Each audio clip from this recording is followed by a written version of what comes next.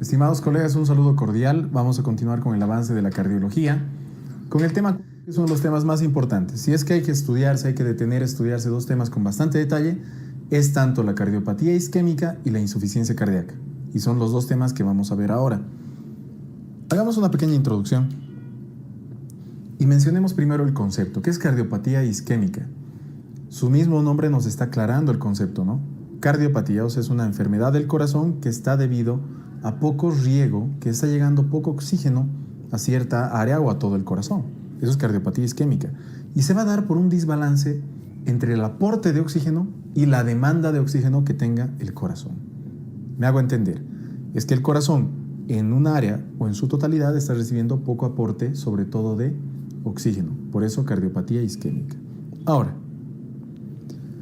antes de repasar, para que más adelante nosotros entendamos de una manera más fácil la interpretación del electrocardiograma y demás, acordémonos un poco de la anatomía, de la irrigación del corazón per se. El corazón tiene que estar irrigado por dos arterias, y eso lo sabemos desde la universidad. El tronco coronario izquierdo y el tronco coronario derecho, o sea, la coronaria izquierda y la coronaria derecha. Y es fácil dividir el corazón, bueno, un corazón izquierdo y un corazón derecho para su mejor entendimiento. El corazón izquierdo, ¿cómo estará irrigado? Obviamente por el tronco coronario izquierdo, o la arteria coronaria izquierda, ¿no? Esta arteria coronaria izquierda va a tener dos ramas, una que va a ser la descendente anterior y otra que va a ser la circunfleja. Entonces nos acordaremos, el corazón izquierdo está irrigado por la coronaria izquierda y esta coronaria izquierda tiene dos ramas, la descendente anterior y también va a tener la circunfleja. Esta descendente anterior va a tener dos ramitas, una que irriga el tabique interventricular y ¿cómo se dice tabique? También se dice septo, entonces estas ramas son las septales.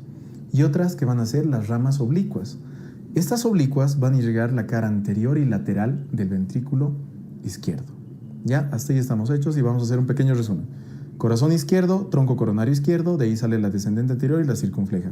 De la descendente anterior van a salir las septales y las oblicuas. ¿Para irrigar qué? Tanto el tabique interventricular y la cara anterior y lateral del ventrículo izquierdo. Luego vamos a la otra rama del tronco coronario izquierdo que va a ser la arteria circunfleja. Y esta arteria circunfleja lo que va a tener es una rama que son las marginales y estas marginales van a irrigar tanto la cara lateral y posterior del ventrículo izquierdo. Ahora, tenemos la coronaria derecha para el corazón derecho. Esta arteria coronaria derecha va a tener dos ramas, unas que van a ser las marginales agudas y otras que van a ser las interventriculares posteriores. Estas marginales agudas lo que van a hacer es irrigar la pared posterior del ventrículo derecho. Volvamos a repasar esta parte. Coronaria derecha tenemos las marginales agudas y la interventricular posterior. Marginales agudas, la pared posterior del ventrículo derecho, porque ya estamos hablando de tronco coronario, ¿no? Derecho. Y la rama que es la interventricular posterior. Esta tiene dominancia. ¿A qué me refiero con la palabra dominancia?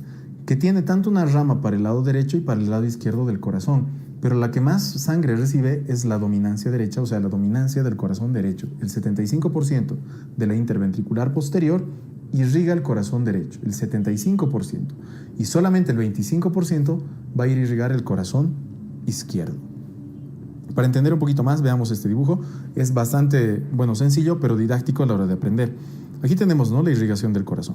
Ahora, vamos a tener acá, tenemos la aorta, y de la parte de la aorta, pues vamos a tener este tronco, ¿no?, que es el tronco coronario izquierdo, y por este lado el tronco coronario derecho. Del tronco coronario izquierdo tendremos la descendente anterior, con sus dos ramas que ya hemos mencionado hace un instante. Una que va a ser la interventricular, o que va a ser, en esta parte del tabique interventricular, que es la septal, y luego vamos a tener las otras ramas que van a ser las oblicuas. Y también vamos a tener la arteria circunfleja, ¿no? Y del tronco coronario derecho que vamos a tener las marginales agudas y que por atrás vamos a tener la interventricular posterior y que va a tener solamente un 25% de dominancia en el lado izquierdo y la dominancia mayor de un 75% la tenemos en el corazón derecho. Una de estas ramas se puede afectar y va a repercutir con distinta clínica y también en su interpretación en los laboratorios. ¿Cuáles son los factores que van a desencadenar esta cardiopatía isquémica? Hay varios factores, hay modificables, no modificables, causas que disminuyen el aporte y otras causas que aumentan la demanda. Ya habíamos dicho hace un momento, es un desbalance entre el aporte de oxígeno y la demanda del mismo. Ahora, pero hay otros factores que también son de riesgo. Algunos son modificables y otros no son modificables. Como por ejemplo, un factor modificable. ¿Le puedes decir a una persona que deje de comer sal? Sí, es un factor modificable. ¿Que haga ejercicio? Sí, es otro factor modificable. ¿Que deje de consumir bebidas alcohólicas o comida grasa? También, o de fumar. Son factores que se pueden modificar, por eso se denominan modificables. Ahora, hay factores que no son modificables, como por ejemplo el sexo masculino. Por incidencia, hay mayor incidencia de cardiopatía isquémica en el sexo masculino, entonces es un factor de riesgo no modificable. Antecedentes de tener un familiar menor de 45 años que haya tenido un problema cardíaco de cardiopatía isquémica, es otro factor de riesgo no modificable. Ser un varón mayor de 45 años o una mujer posmenopáusica es otro factor que no es modificable. Entonces, estos factores son alteraciones, o factores, mejor dicho, que no se pueden modificar. Ahora, dentro de las causas per se, tenemos causas que disminuyen el aporte al corazón, que hacen que el corazón tenga menos riego, o sea, menos oxigenación en ciertas áreas. Estas pueden ser obstrucciones, estenosis, por ejemplo, por placas ateromatosas. O también puede ser porque a cierta área del corazón no le está llegando mucho oxígeno, pero debido a que la sangre no tiene mucho oxígeno. En la anemia, por ejemplo. Intoxicaciones o aumento de la carboxihemoglobina. O intoxicación por tóxicos que separen el oxígeno de la hemoglobina. O personas que no están acostumbradas y suben, a alturas bastante elevadas, también. Entonces son factores que hacen que llegue menos oxígeno a cierta área del corazón, pero porque ese oxígeno está disminuido en la sangre, no porque haya una obstrucción. Y ahí también hay causas de aumento de la demanda. El corazón puede estar bien. Late. El contenido de oxígeno, perfecto. Pero es mucho lo que tiene que irrigar. Como por ejemplo una persona que no es acostumbrada al ejercicio y hace mucho ejercicio. Sus tejidos demandan oxígeno porque están consumiendo todo el oxígeno, pero el corazón no puede abastecer toda esta demanda. Entonces ese aumento de demanda produce una cardiopatía isquémica secundaria a que esa persona no está acostumbrada a ese tipo de actividad, o el hipertiroidismo, o consumo de sustancias simpático-miméticas, por ejemplo, o drogas que van a acelerar tu metabolismo y hacen que el corazón, pues obviamente, tenga menos riego sanguíneo y producen, por este caso, una cardiopatía isquémica, ¿no?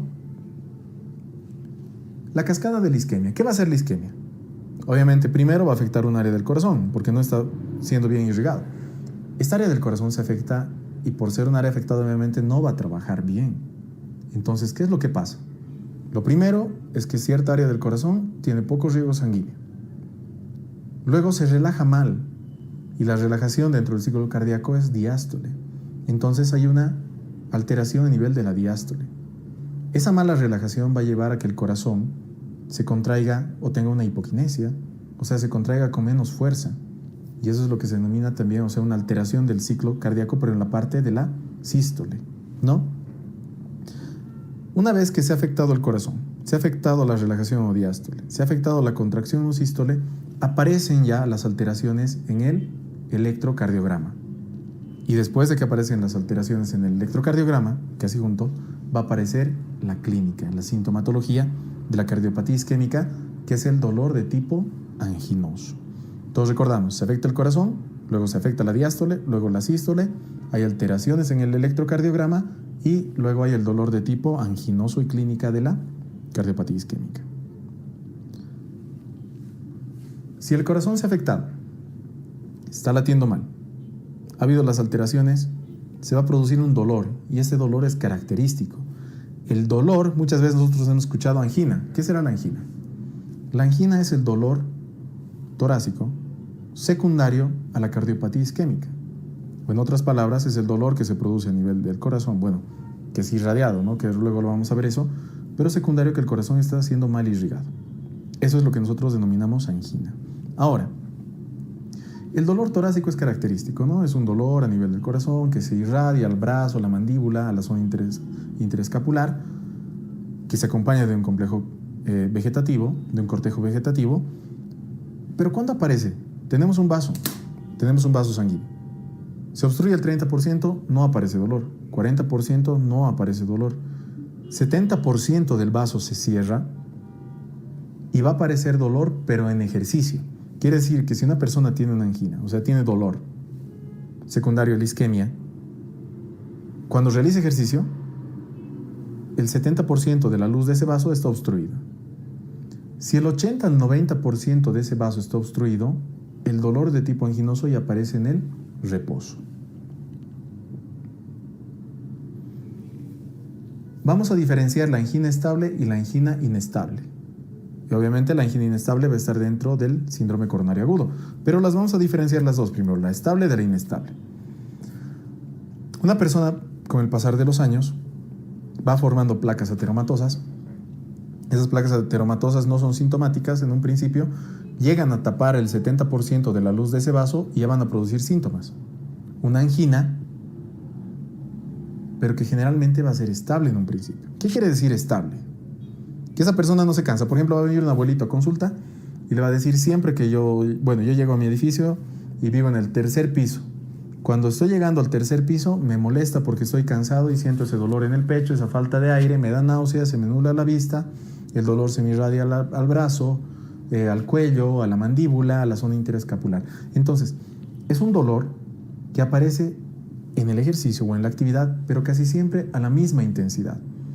O será una persona que era antes sana y te dice, bueno, yo sé correr unos 4 o 5 kilómetros, pero ahora me canso y en el kilómetro 3 ya siento un dolor en mi pecho, que se irradia. Entonces, generalmente siempre aparece a la misma intensidad del ejercicio, ¿ya? ¿Y qué también es característico de este dolor? Que el paciente descansa, en este caso el atleta o el abuelito, dice, y les va a contar en consulta, ¿no? Y luego de eso yo me he puesto a reposar o me he sentado y se me pasa el dolor. Eso es bien característico de la angina estable. Aparece en la misma intensidad, desaparece con el reposo. En algunos casos, cuando ya es más severo, desaparece con la nitroglicerina sublingual o con los nitratos y que dura menos de 20 minutos. Esas son las características. Acordémonos, 70% de la luz ya me va a producir dolor en ejercicio. Este 70% me puede producir una angina estable. ¿Qué es estable? Que el dolor siempre aparece a la misma intensidad, dura menos de 20 minutos, generalmente desaparece con el reposo o con el uso de nitratos, como la nitroglicerina sublingual. Ahora, el diagnóstico va a ser clínico porque les van a contar una historia más o menos así. Hay que descartar otras entidades, como por ejemplo, ¿qué puede ser? Por ejemplo, ver un dolor que aparezca en el tórax se puede confundir bastante con una úlcera, un dolor de tipo ulceroso. ¿Pero qué pasaría con el dolor tipo ulceroso? Pues el antiácido calmaría el dolor. O puede ser, qué sé yo, un espasmo esofágico, una aclasia, donde el paciente va a sentir dolor. Obviamente, el dolor se puede confundir con un dolor de tipo infarto, pero que además va a tener otra sintomatología. El dolor va a aparecer con la comida. O sea, el paciente también va a tener disfagia, ¿no? O puede ser un dolor de tipo osteomuscular, que, qué sé yo, al hacer ejercicio o otra actividad se hayan lesionado alguno de los pectorales, algún músculo. Entonces, ¿el dolor cuándo va a aparecer? El dolor en el nivel del tórax, pues cuando se esté realizando el ejercicio. Entonces, hay que realizar el diagnóstico diferencial y luego enfocarnos con la clínica del paciente para poder diagnosticar esta patología.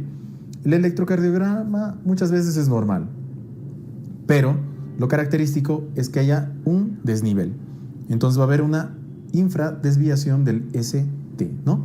Sabemos, el electrocardiograma, la onda P, el complejo QRS y la onda T. Ese espacio, el ST, va a estar más abajo del nivel normal. Eso es lo que se llama infradesnivelación del ST, que es muy característico de este tipo de angina. Vamos viendo. Vamos a ver el manejo, tanto la prevención y la mejora del pronóstico, y qué vamos a hacer en estos pacientes cuando les viene el dolor, cómo vamos a tratar de forma aguda y cómo tratamos también la parte crónica. La prevención. Sabemos que cuando se están formando estas placas ateromatosas, que me había olvidado explicarles, pero voy a mencionar ahora que es una placa ateromatosa. Estas placas ateromatosas se pueden ir a pegar ahí las plaquetitas, ¿no? Esta, digamos, es una placa y se pega plaqueta, plaqueta, plaqueta y va a obstruir más un vaso. Entonces, ¿cómo podemos prevenir? ¿Y cómo mejoramos el pronóstico a que no se salga una de esas plaquitas más las plaquetas y tapen un vaso? Pues vamos a antiagregar para que esas plaquetas no se peguen. Y vamos a antiagregar ya sea con ácido acetil salicílico, y también si es que el paciente no tolera esto podemos utilizar copidogrel. En estos pacientes, como ya son pacientes con riesgo cardíaco, utilizamos la torvastatina, la rosuvastatina o cualquiera de estos agentes, o sea, las estatinas, para disminuir el LDL menor a 70, porque eso es lo que se aconseja en pacientes con riesgo cardíaco. Eso en cuanto a la mejora del pronóstico y a la prevención. Sintomático. Es una angina estable. El paciente está con dolor. ¿Cómo lo podemos tratar? Pues vasodilatando, utilizando nitratos sublinguales. Y en la forma crónica, ¿cómo podemos prevenir a que este paciente, bueno, ya digamos que el paciente te dice siempre siento ese dolorcito que me va molestando constantemente, ¿podemos utilizar otro tipo de tratamiento? Sí. Uno que es de primera línea, los beta bloqueantes. Pero pueden haber pacientes que no toleren los beta bloqueantes o que sean bradicárdicos o qué sé yo, o que tengan asma y demás. Podemos utilizar calcio antagonistas, nitratos y también la evibradina. Esta parte de toda la explicación también lo tenemos en los ABC-Meds para que puedas ir viendo y repasando, ¿no? Ahora, ¿hay pacientes que tienen esta sintomatología y no tienen obstrucción? Sí, efectivamente hay pacientes. Una es de que hace un momento te había mencionado, tenemos dos troncos, el coronario izquierdo y el coronario derecho. Y cualquiera de sus ramas principales se puede obstruir y causar esta clínica, sí. Pero nosotros también sabemos que todo el corazón tiene que ser irrigado y hay microcirculación, como estamos viendo acá, ¿no? En todos estos vasitos de acá, micros, pequeños vasitos. Esos vasitos también pueden afectarse, alterarse, obstruirse, no obstruirse, pero estenosarse y hacer que llegue menos riego a cierta área del corazón. Eso es lo que se denomina síndrome X, o una afectación no de la parte macrovascular, pero sí microvascular. Entonces, afectación de la parte microvascular sin obstrucción, denominada síndrome X. El manejo es el mismo que el de la angina estable, pero es un poquito más rebelde esta patología. Ahora hay otra que es vasoespástica y esta se da en jóvenes. Y lo interesante es que, digamos, va a venir un paciente joven a tu consulta, se le pueden hacer estudios como una coronariografía, pero el paciente no tiene estenosis. No hay una obstrucción, no hay una placa que esté tapando ese vaso.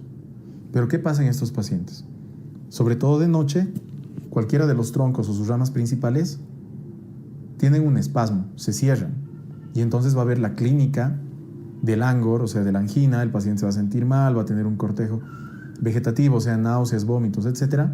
Y es porque ha habido un espasmo. Y ese es el síndrome conocido como Prince-Metal, ¿no? Entonces, cuando escuchamos esta enfermedad, es un paciente que tiene obviamente una angina, tiene una obstrucción, tiene cardiopatía isquémica secundaria al espasmo que sufre algún vasito sanguíneo, ¿ya? Ahora, se da en jóvenes, generalmente es nocturno.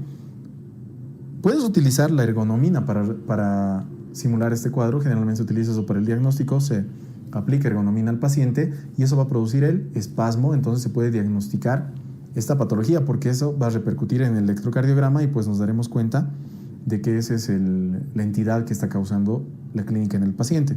El tratamiento, calcio antagonistas. ¿En qué difiere del otro tratamiento? Es que en este tipo de patología no se utilizan los beta bloqueantes. ¿Por qué? Porque se ha demostrado que los beta bloqueantes producen o pueden llegar a producir espasmos en los vasos sanguíneos. Entonces van a empeorar la clínica del paciente. Ya hemos mencionado lo que es la angina estable y obviamente tendrá que haber otra entidad que es la angina inestable. Y será lo contrario del anterior.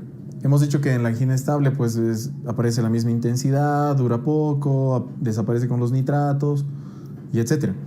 Pero la angina inestable es todo lo contrario, va a ser un dolor de tipo anginoso igual, o sea, va a ser un dolor torácico irradiado al hombro, al brazo, a la mandíbula, a la zona interescapular, pero que aparece de forma rápida, que el paciente antes no la tenía o que tiene una evolución bastante rápida o que ha aparecido después de un infarto de miocardio.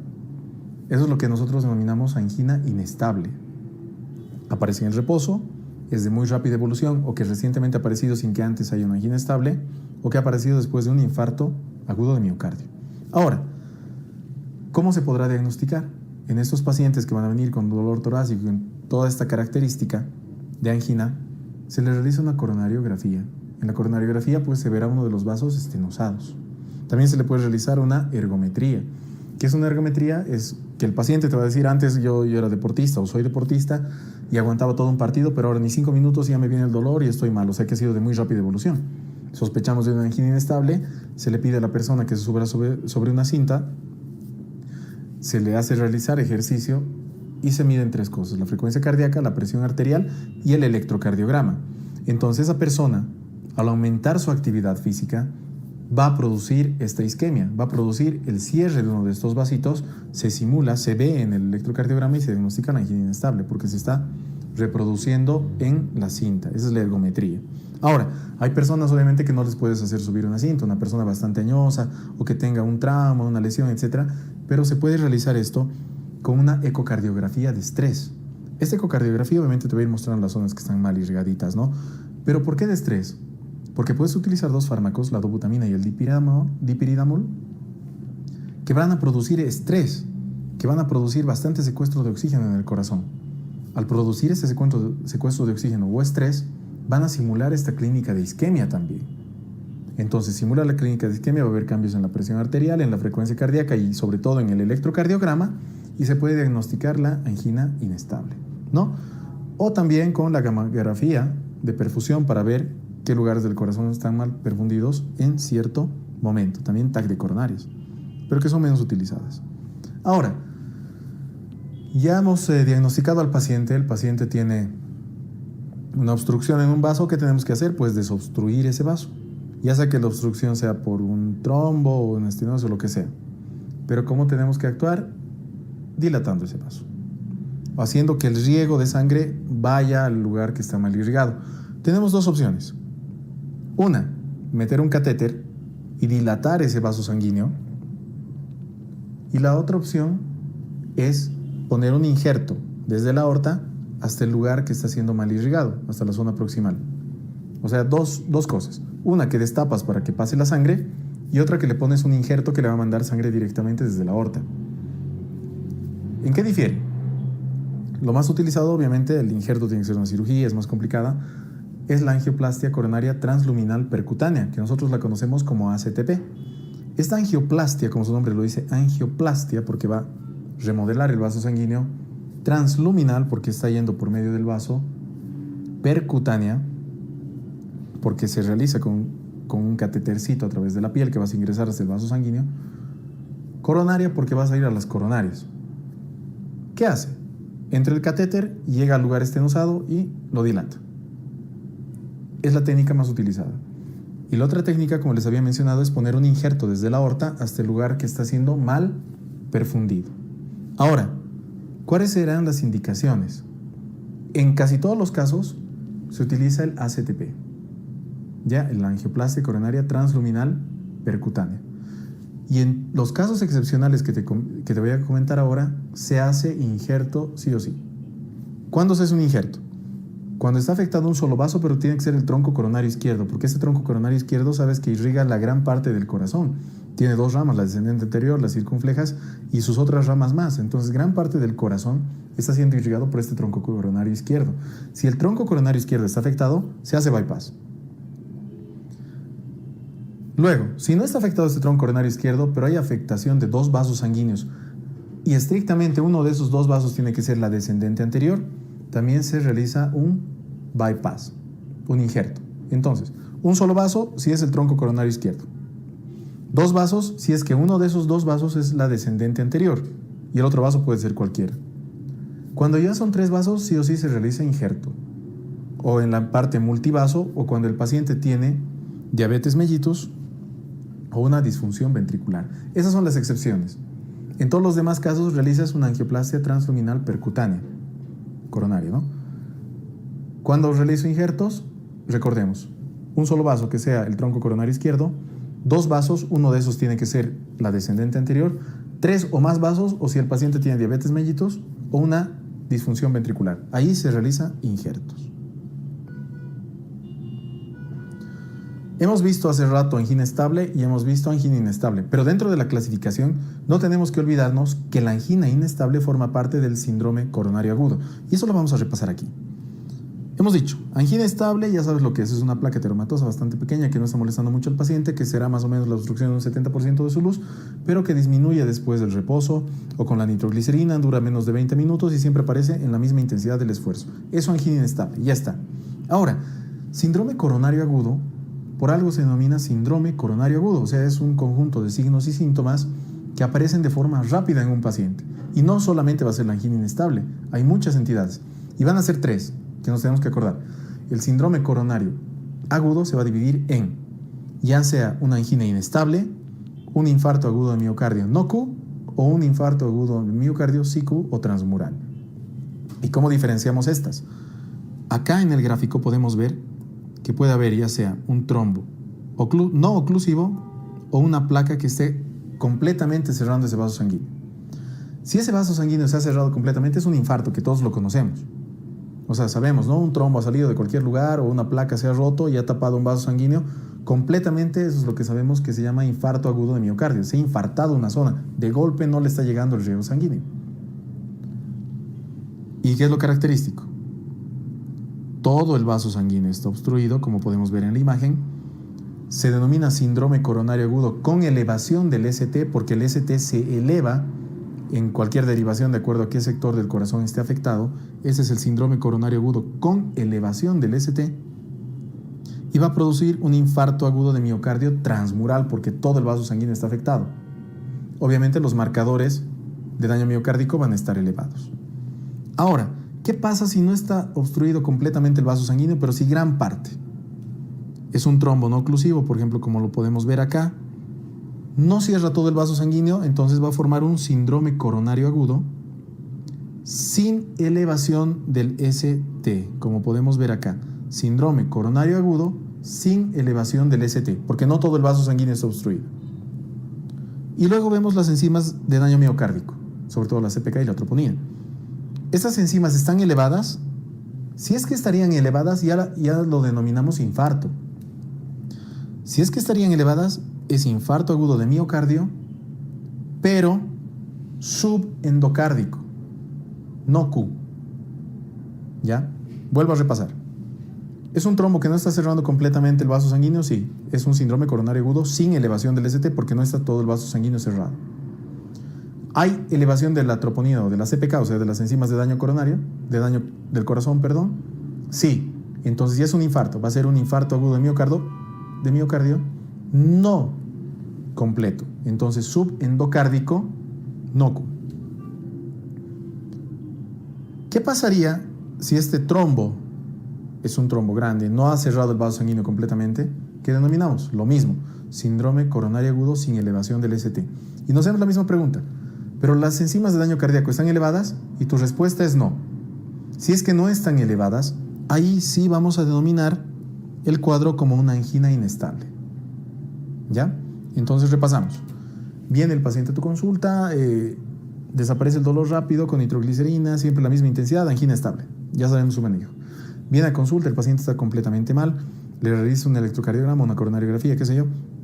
El vaso está completamente tapado y además hay elevación del ST, infarto agudo de miocardio, transmural. Listo.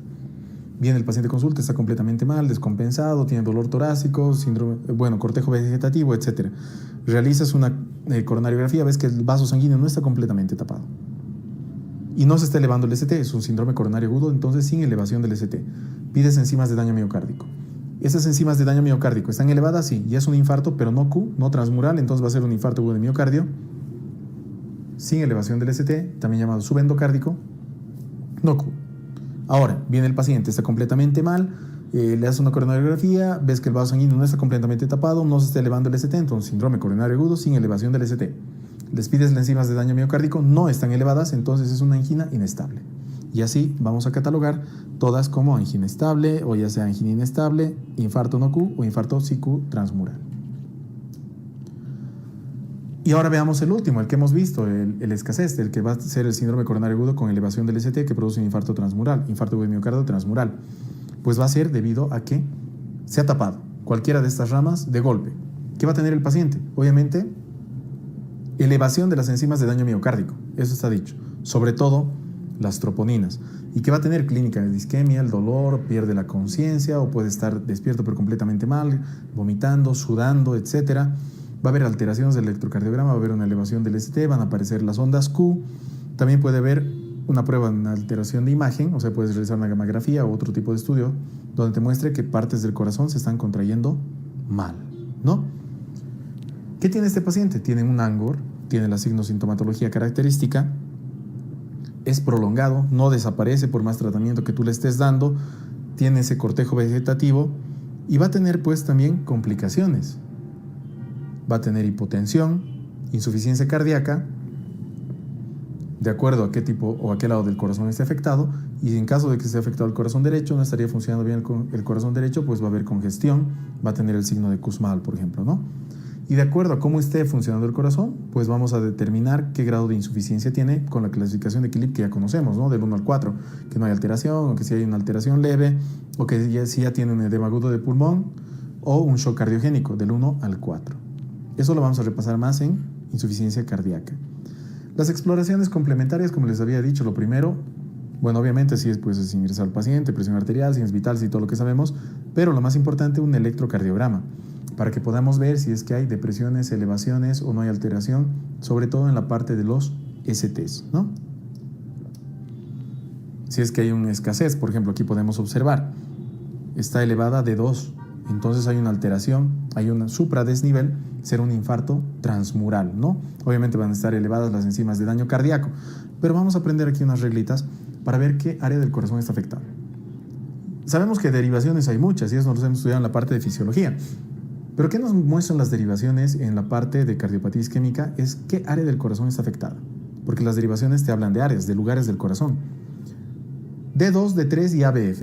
No me tengo que olvidar, D2, D3 y ABF me muestran la cara inferior. Entonces, si veo un electrocardiograma donde la elevación del ST o la depresión del ST, pero sobre todo la elevación del ST es en D2, D3 o ABF, me voy a imaginar que el corazón afectado es la parte inferior. La cara inferior del corazón es la que está siendo infartada. Vamos a ver la cara lateral alta. Tenemos D1 y ABL. B1 y B2, esas precordiales me van a mostrar el tabique interventricular. B3 y B4 la cara anterior, B5 y B6 me van a mostrar ya pues la cara lateral baja y la parte posterior B7, B8 y B9, ¿no? Ahora el ventrículo derecho veré con B3 y B4, pero B3, B4R, B3R, B4R. Y la cara inferior especular puede ser por un descenso mantenido en B1 y B2. Si veo que el ST está mantenido en varias derivaciones, bueno, sobre todo en B1 y B2, puede ser un reflejo especular de la cara inferior. Te aconsejo que esta tabla te la estudies bien porque te muestra qué área del corazón está afectado y puede caer fácil en una pregunta. Te pueden decir si en un paciente con este tipo de clínica veo una elevación del ST, por ejemplo, en B1, ¿qué pensará? Que es un infarto de todas las opciones y una de esas va a decir el tabique interventricular. Pues efectivamente, porque aquí vemos que el tabique interventricular, la derivación que me muestra va a ser B1 y B2. Eso como ejemplo, pero estudiemos todas. Analítica. Las CPKs, las troponinas. Las CPKs aparecen a la 4ª hora, pero desaparecen más o menos al 2º o 3er día. Y vamos a ver luego las troponinas. Y las troponinas van a estar elevadas, bueno, se elevan 4 a 6 horas y permanecen elevadas mucho tiempo. En un infarto que está mucho tiempo de evolución, pues me fijo las troponinas, porque la CPK tal vez ya ha desaparecido, ¿no? Y los otros marcadores que ahí los tenemos. Ahora, un síndrome coronario agudo con elevación del ST. Hay otras patologías que tengo que actuar de igual forma como si fuera un infarto agudo de miocardio, que es el bloqueo de rama izquierda y un paciente con ritmo marcapaso. Eso más que todo acordemos como teoría. Pero no nos desviamos del tema y veamos un infarto agudo de miocardio transmural con elevación del ST. ¿Cómo trato a estos pacientes? Primero, hay que monitorizar, hay que pedir laboratorios, hay que hacer electrocardiogramas, hay que dar antieméticos porque el paciente seguramente va a estar mal, hay que dar tratamiento para el dolor, hay que antiagregar al paciente, pero luego ¿qué hacemos? Tenemos que abrir ese lugar, ¿no?, del corazón que ha sido tapado por un trombo, generalmente. ¿Cómo hacemos esto? Pues ya sea con un ACTP, o sea, una angioplastia coronaria transluminal percutánea, destapando esto, o haciendo fibrinólisis, dando un medicamento al paciente para que ese trombo se disuelva. ¿Cómo realizamos esto? ¿Puedo realizar una angioplastia coronaria transluminal percutánea en menos de 2 horas? Si digamos estaríamos en un pueblo o lejos de una clínica o qué sé yo. Si la respuesta es sí, entonces siempre vas a escoger la angioplastia, siempre en caso de que contemos con la misma, porque es lo menos, tiene menos morbimortalidad. Angioplastia transluminal percutánea, si es que puedes realizarla en menos de 2 horas. Si no puedes realizar en menos de 2 horas, vamos a optar por realizar la fibrinólisis, siempre y cuando el paciente no tenga contraindicaciones para las fibrinólisis. y enseguida las vamos a ver. Ahora, si el paciente tiene contraindicado la realización de una fibrinólisis por X o Z motivo, pues vamos a seguir optando o esperar hasta poder realizar una angioplastia coronaria transluminal percutánea, una ACTP. Si no está contraindicada la fibrinólisis, pues realizamos esta y vemos, ¿nos ha servido? Sí. Entonces vamos a realizar una coronariografía de control luego de un día. Y si no ha funcionado la fibrinólisis, pues igual vamos a ir a realizar una angioplastia coronaria transluminal percutánea, pero de rescate. Me explico. Este paciente tiene un infarto agudo de miocardio, hemos diagnosticado y demás, y le hemos dado todo su tratamiento de sostén y demás. Ahora, ¿qué hacemos? Tenemos que disolver lo que está tapando ese vaso sanguíneo, generalmente con ACTP. ¿Puedo realizar una ACTP antes de 2 horas? Si la respuesta es sí, sí o sí, nosotros hacemos una ACTP. Si no se puede, vamos por la fibrinólisis. Este paciente tal vez tiene contraindicado realizar una fibrinólisis, entonces sí o sí optamos de nuevo por el ACTP. Si no tiene contraindicado la fibrinólisis, pues lo vamos a fibrinolizar. Ahora, este paciente lo hemos fibrinolizado. ¿Ha servido? Sí, pues ya, fenomenal. Y si no ha funcionado, pues igual vamos a ir a hacer una ACTP de rescate. Tratamiento médico de todo el síndrome coronario agudo que les había mencionado hace un momento, pues vamos a ver en la parte aguda que tenemos que realizar sí o sí el electro, pero luego vamos a antiagregar con ácido acetil salicílico, clopidogrel o combinando ambos, y también tenemos que realizar una anticoagulación y a la vez tratar el dolor, sobre todo con nitroglicerina. Eso estamos entendiendo, eso está entendido. Y repasemos igual en los ABC-METs. Pero ¿cómo vamos a mantener tratado a este paciente? Antiagregando con lo mismo ácido acetil salicílico o clopidogrel, además de dar beta bloqueantes y ECAs y también estatinas, porque son pacientes pues, de altísimo riesgo cardíaco. Ha salido el paciente del infarto. Pero ¿qué otras alteraciones puede tener? Un lugar de su corazón estaba mal.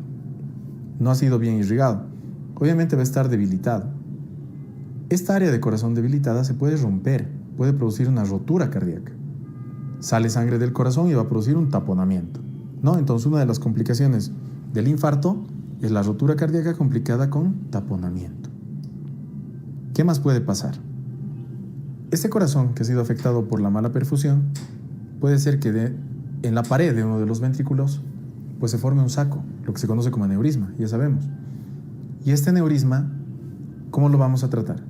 Solamente con seguimiento bastante estricto del paciente, haciendo controles. Pero ¿cómo lo diagnosticamos?